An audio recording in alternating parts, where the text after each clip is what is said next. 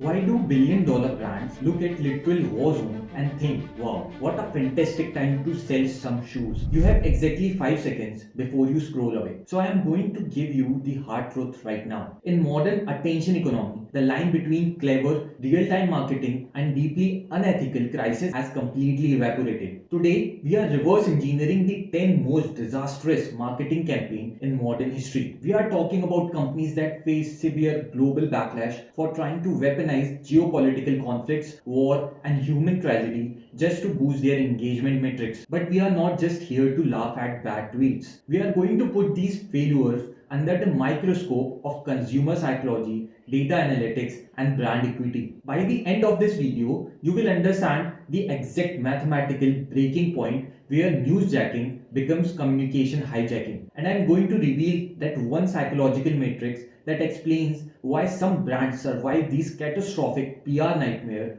while other bleeds millions in market cap. If you work in a marketing, run a business, or just want to know how corporate psychology is trying to manipulate your newsfeed, so stay tuned. Before we expose our first brand, we need to understand the mechanism of the crime. In marketing, there's a strategy called newsjacking. Coined in 2011, it's the art of injecting your brand into a breaking news story to steal a fraction of world attention. When it works, it's brilliant. Think of Oreo tweeting. You can still dunk in the dark. During 2013 Super Bowl blackout, harmless, opportunistic, extremely profitable. But here's the problem with modern algorithm. Platforms like X, TikTok, and Meta don't care if emotion is positive or negative. It's only care about velocity. Marketers know that anger, shock, and outrage drive higher click-through rates than joy. So lazy marketing managers start playing a very dangerous game. They try to piggyback off humanitarian crisis because that's where the algorithm heat is. But as we are about to see, threatening human trauma like a top of funnel lead magnet isn't just unethical.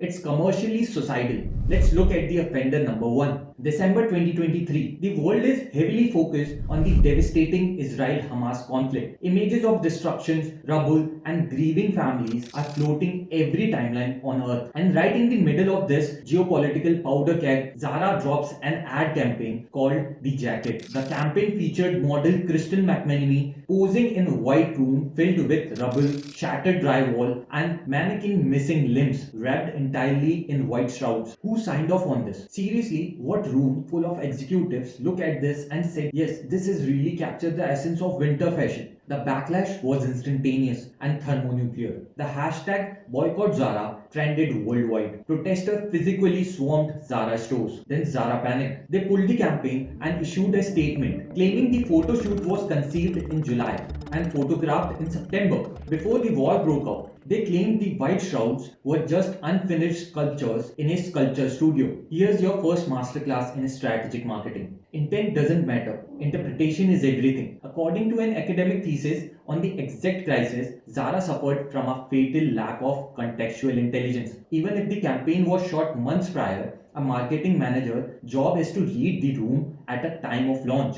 Pushing publish that mirrors mass casualties during an active war is a failure of basic corporate governance. It fractures their brand equity and forced consumers into what behavioral economists call apathic return, where consumers only come back out of sheer necessity, completely stripped of any brand loyalty. Case 2 and 3. If Zara was an accident of timing, our next company is in case study in malicious compliance. Enter fashion designer Kenneth Cole. February 2011. The Arab Spring is speaking. Millions of Egyptians are risking their lives in the streets of Cairo to overthrow a regime. Blood is being spilled. Kenneth Cole logs on Twitter and posts this. I want you to let the sheer audacity of the tweet wash over you. He hijacked the Cairo hashtag, a channel literally being used by revolutionaries to coordinate medical supplies and avoid gunfire, to sell loafers. And because he was financially rewarded with attention, he didn't learn his lesson. 2 years later, during the Syrian civil war, where chemical weapons are being deployed, Kenneth Cole tweeted again. This right here. This is what academics call communication hijacking. It's when a brand forcefully injects a commercial virus into a humanitarian conversation. Kenneth Cole treated war like a billboard. But here's the long-term data. While shock jock marketing might spike your followers today, it permanently places a glass ceiling on your brand prestige. You trade your legacy for a momentary dopamine hit. You became a meme, not a luxury icon. Case 4. Pepsi and Kendall Jenner. You knew this was coming. In 2017, civil unrest is sweeping across the United States. The Black Lives Matter movement is organizing massive protests regarding police brutality. Tension between law enforcement and citizens are at a historic high. Pepsi look at this incredible, complex, painful societal wound and say, you know what fixes systemic oppression? Carbonate sugar water. They shoot a multi-million-dollar ad where Kendall Jenner leaves a modeling shoot, joins a generic sanitized protest holding signs that just say join the conversation, and solve the standoff by handing a cop a can of Pepsi. Why did this fail? Let's look at the psychology of brand activism. Consumers are smart. When brand engage the social issue, they must have a cultural alignment. Pepsi had zero cultural alignment. They look at the visual aesthetic of a humanitarian crisis, stripped away the actual danger and meaning, and used it for the prop. In consumer behavior science, there is a term called resentful compliance. When a brand fakes authenticity, consumers feel insulted. The backlash was so fierce that Pepsi pulled that ad within 24 hours, costing them millions in production and media buys, and handed their rival Coca-Cola the easiest PR win of the decade. Speaking of Coca-Cola, they aren't innocent either. Case 5. Let's jump to early 2024. The geopolitical landscape is shifting. Due to Israel-Gaza conflict, massive grassroots boycott movement are targeting global mega brands like Starbucks, McDonald's, Coca-Cola over perceived geopolitical ties. Sales in Muslim majority countries like Bangladesh were plummeting. So Coca-Cola decided to fight back. They released a 60-second TV and social media ad in Bangladesh, specially designed to debunk misinformation about their ties to Israel. The ad featured a shopkeeper lecturing a customer, insisting that Coca-Cola is a global brand with no specific ties to the conflict, even highlighting that there is a Coke factory in Palestine. Total catastrophe. The ad was incredibly condescending. It sparked immediate outrage. Activists ripped the ad apart, highlighting the brand's actual corporate footprint. Coca-Cola had to unlist the video from YouTube and pull it from television. Here's the marketing insight. When you are caught in the crossfire of humanitarian boycott, defensive logic does not work against emotional conviction. Consumers use brands to communicate their own identity. When a brand tries to aggressively correct the moral stance of its consumer through a polished TV commercial, it feels like gaslighting. It amplifies the boycott. If you are finding this psychological breakdown valuable, do me a favor. Hit the subscribe button right now. We decode the hidden system of the business world every single week. Let's keep moving. Case 6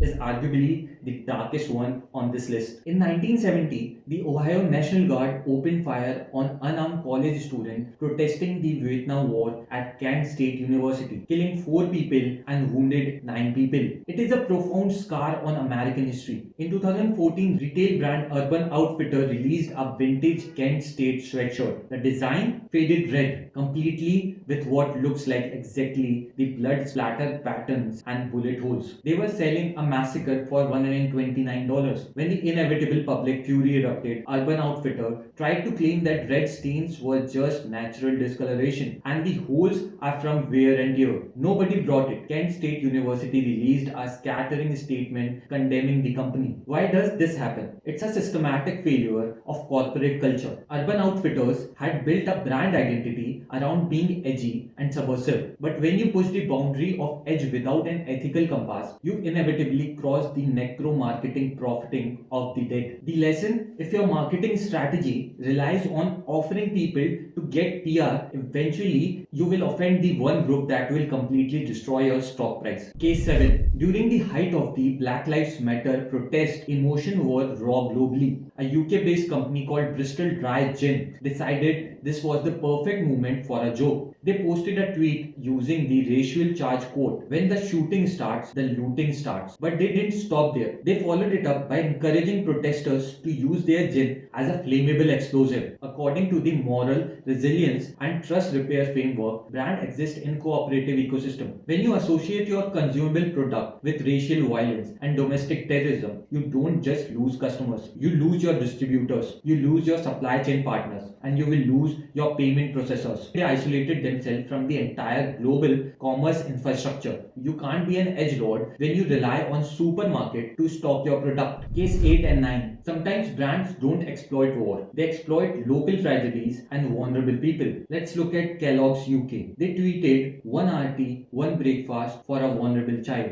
Think about the psychology of that open loop. They literally held food for starving children in exchange for Twitter engagement. The internet ripped them to shreds. User pointed out that Kellogg's is a multi-billion-dollar corporation. Just give the kids the food. Don't make their survival contingent on your social media KPIs. Then there is McDonald's UK. They ran a commercial featuring a young boy asking his mother about his dead father. The mother lists all these amazing traits the father had, and the boy is sad because he doesn't share any of them until he orders a fillet of fish at McDonald's, and the mom says that was your dad's favorite too. Both of these are the example of emotional extortion. The marketers thought they were pulling on a heartstring, but they violated the core tenet of brand storytelling. The brand must be enabler of the hero, not the survivor of the victim. When the brand positions itself as the literal cure of the grief or starvation, it triggers massive psychological rejection from the audience. Case 10. Our final case study is the most complex because it involves a campaign that actually won awards but faced severe academic and sociological backlash. A US implemented a controversial travel ban, sparking a massive global conversation about the refugees crisis. Airbnb decided to buy a Super Bowl ad slot. They aired a beautiful short commercial featuring diverse faces with the hashtag WeAccept, stating their community to provide short-term housing for refugees. On paper, a massive success, 14 million views. They drove the conversation. But if you dig into a critical PR analysis, the backlash was profound. Critics pointed out a dangerous phenomenon known as the white savior complex disguised as corporate social responsibility (CSR) by injecting themselves into a center of geopolitical refugees crisis during the most expensive advertising real estate on television. Airbnb positioned a corporate lodging app as the hero of human rights crisis. Critics asked, were they actually helping or were they commodifying the suffering of refugees to boost their quarterly one app download? This is the ultimate tightrope of modern marketing. If you are going to take a stand on a geopolitical issue, your operational reality must match your marketing narrative. If you spend $5 million on a Super Bowl ad to tell the world you are helping refugees, but you only spend $1 million actually helping refugees, you aren't an activist, you are an hypocrite. And the modern consumer armed with social media will audit your hypocrisy in real time. So let's tie all this together. We have looked at 10 massive global brands. What is the unified thread of their failures? It comes down to the fundamental misunderstanding of Zeigarnik effect and human neurobiology. The Zeigarnik effect dictates that the human brain fixates on open loops.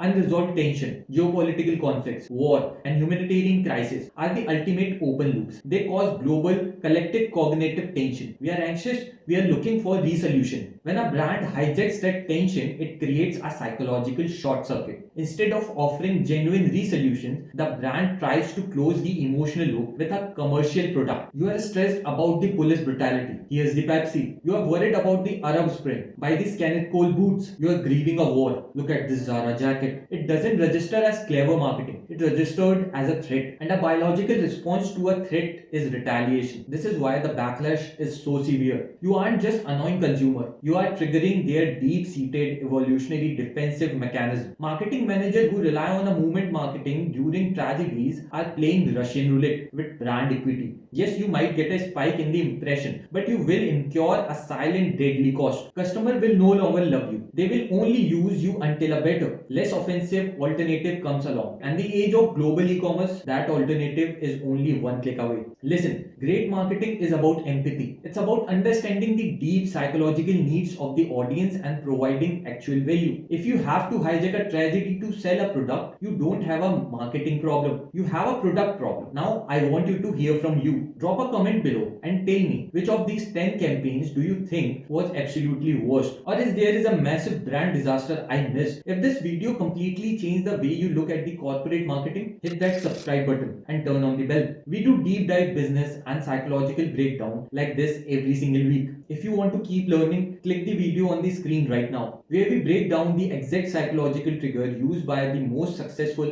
ethical brand in the world. Stay analytical, stay empathic, and I will see you in the next loop.